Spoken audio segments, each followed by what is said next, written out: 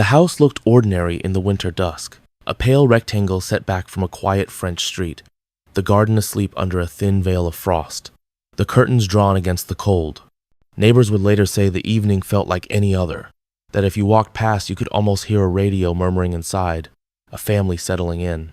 A husband who left for Geneva every morning in a pressed shirt and returned after dark. A wife who waved from the doorway.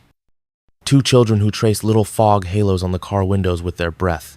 The picture was so complete that no one dared imagine it could be false. Emergency lights ruptured that calm before dawn. Flames licked along the staircase and pressed their hot palms against the upstairs windows. Firefighters crashed through the door and found silence where noise should have been, a silence too heavy, too deliberate. As water hissed and wood split, the details began to rearrange themselves, as if the room were trying to confess. Family photographs lined the hall, smiling faces framed in gold. A briefcase lay open with nothing inside. On the kitchen table, yesterday's mail curled away from the heat, a stamp blistered like a small wound. He told everyone he was a doctor at the World Health Organization. He knew the right nouns, the right acronyms, the right distances between questions and answers. He wore his schedule like a shield, drove toward the border each morning, came back each night with the tired elegance of a man doing important work. People believed him because believing is how communities survive. They believed him because the alternative was unthinkable. But if you stand in that charred doorway long enough, something changes. The photographs stop looking like evidence of happiness and start looking like camouflage. The briefcase becomes a prop. The drive to Geneva becomes a ritual with nowhere to go. A life that seemed full reveals itself to be hollowed out from within, like a tree that only pretends to be alive until a storm touches it. This story does not begin with hatred. It begins with a man who built a life out of air and asked everyone he loved to breathe it. Sometimes the most dangerous lie is the one that promises you are safe.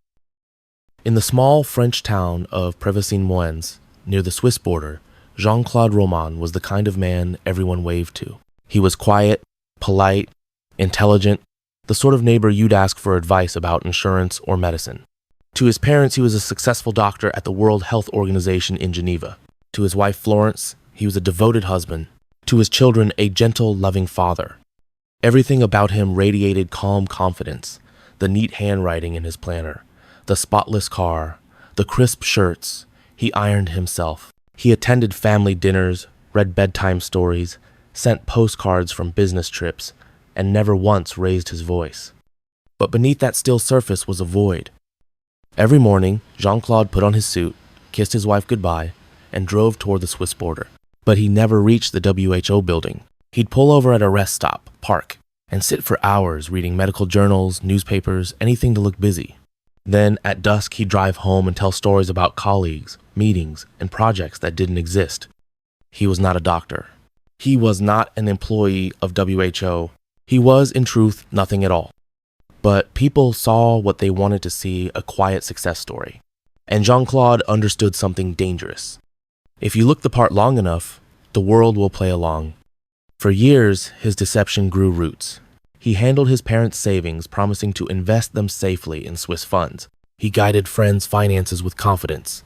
He told them the markets were slow, but returns were coming. And because he always appeared composed, they believed. He built an empire of lies not for greed, but to protect the image he'd already sold. A man of respect, stability, and intellect. Behind the facade, though, the pressure never stopped. Every smile was a calculation. Every dinner conversation was a performance. He had to remember who he had told what. Every name, every lie, 1,000 tiny details forming a world that never truly existed. And so, the man who appeared most peaceful in the neighborhood was, in truth, the most terrified of all. Because the longer you live inside a lie, the more truth begins to sound like a threat. By the early 1990 seconds, Jean-Claude Romand's world was nothing more than scaffolding, a fragile construction of words, habits, and forged routines. 18 years of pretending had turned him into a ghost inside his own life. Every morning he crossed the French-Swiss border, as always. He kept a briefcase full of blank paper and old WHO documents he'd found in public libraries. He had memorized floor plans, job titles, and acronyms so that if someone asked, his answers sounded effortless. He ate lunch alone in his car, then wandered around campus parking lots, head down, avoiding eye contact with the people who actually worked there. To the outside world, he was brilliant. Inside, he was nothing but an echo. At home, Florence began to notice the gaps, the missing receipts, the inconsistent stories. Their savings never grew despite years of investments. She found letters unopened, phone calls unanswered. When she asked simple questions, how was work today, who did you meet, his answers became shorter, colder, almost rehearsed.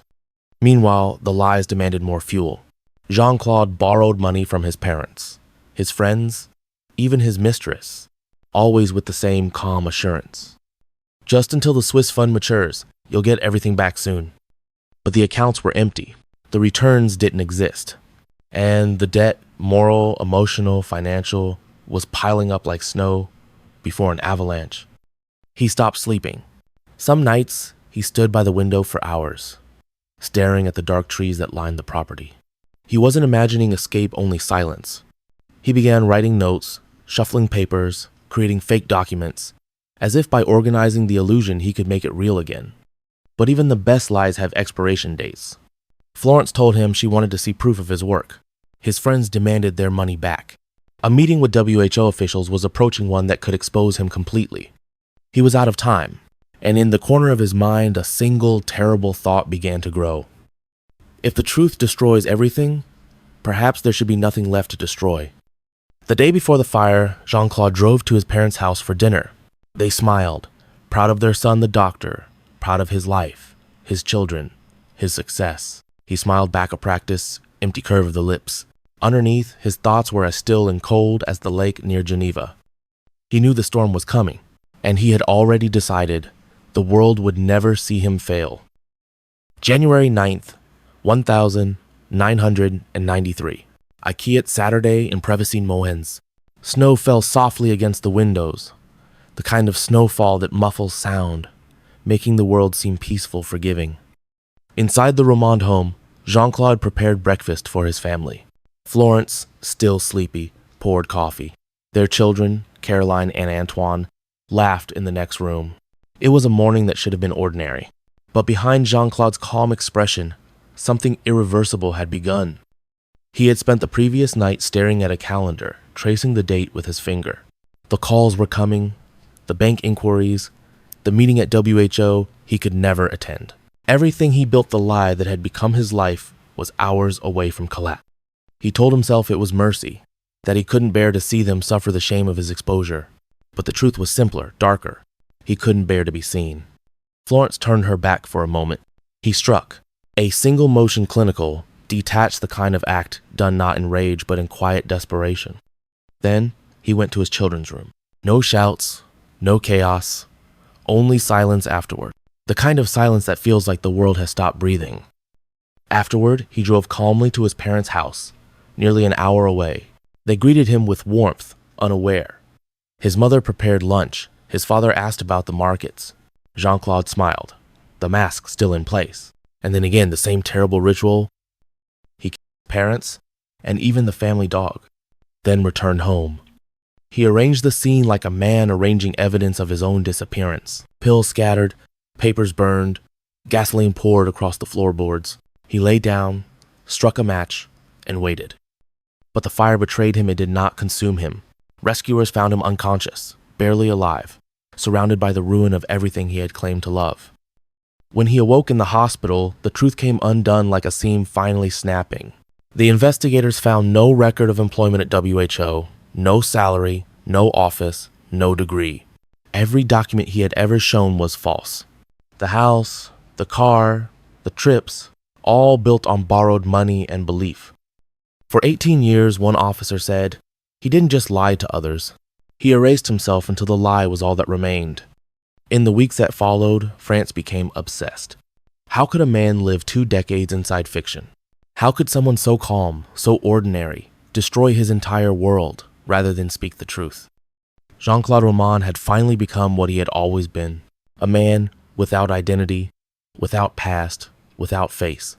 When the flames settled and the ashes cooled, the lies began to speak. Investigators sifted through what was left of Jean-Claude Romand's life. Charred photographs, empty notebooks, hollow bank accounts, and the faint outline of a man who had never truly existed. At first, Even the police refused to believe it. A doctor at the World Health Organization respected in Geneva, no criminal record impossible. But as they called WHO, as they checked the records, as they searched for his medical degree, nothing appeared.